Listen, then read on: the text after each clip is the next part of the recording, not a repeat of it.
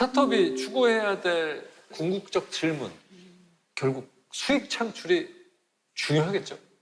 저는 이제 사실 스타트업을 한다는 거는 정말 비정상적인 에너지를 투입해서 결과물을 만들어야 되는데, 그러니까 그 돈을 넘어선 어떠한 목적의식, 그게 없으면 사실은 굉장히 스타트업은 고통스러운 과정이다. 그래서 저희도 실제로 이렇게 이 세탁할 시간을 아껴서 뭐 의미 있는 부모님께 한번 찾아가 봤다라든지 뭐 운동을 했다라든지 이런 얘기를 들을 때 행복한 것처럼 매출이 막 너무 뛰었다. 돈만 쫓아가면. 네, 그것만으로는 사실 저는 이거 못한다라고 생각을 하고 있어요.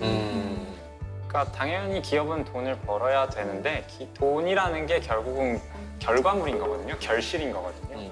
그래서 직원들한테 제가 월급을 주는 입장이 됐지만 그 월급으로 직원들이 본인의 월세를 내고 본인 식구들이랑 외식을 하고 이런 게 되게 숭고한 일이라고 생각을 하거든요. 그럼요.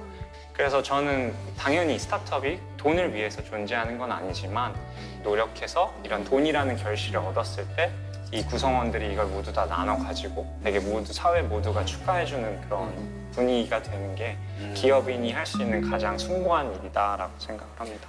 저는 약간 이제 스타트업이라는 기업을 하는 이유는 저는 사회적 혁신을 추구해야 된다고 반드시 해야 된다고 생각을 해요.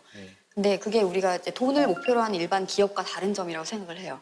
근데 저의 경우를 일례로 들어보면은 매니저님들하고 이모님들하고 오래 생활을 하다 보니까 이분들의 어떤 일터가 너무 후진적이라는 생각을 많이 했었어요.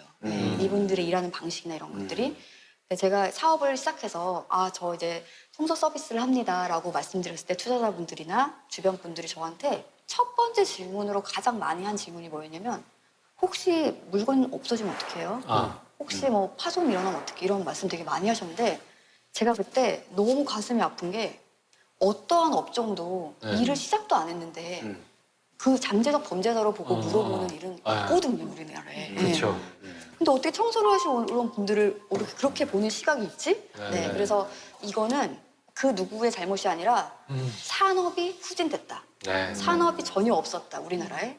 그리고 그거를 혁신하고 앞장서서 바꾸려는 기업인이 없었다는 것에 보고 전 이 사업을 시작했거든요, 사실. 그래서 그렇게 많이 이루어지고 있는 그렇죠. 매칭이었는데도 불구하고. 맞습니다. 우리가 이 터전을 만들어드려야 된다는 것에 되게 뿌듯했던 적이 있었거든요.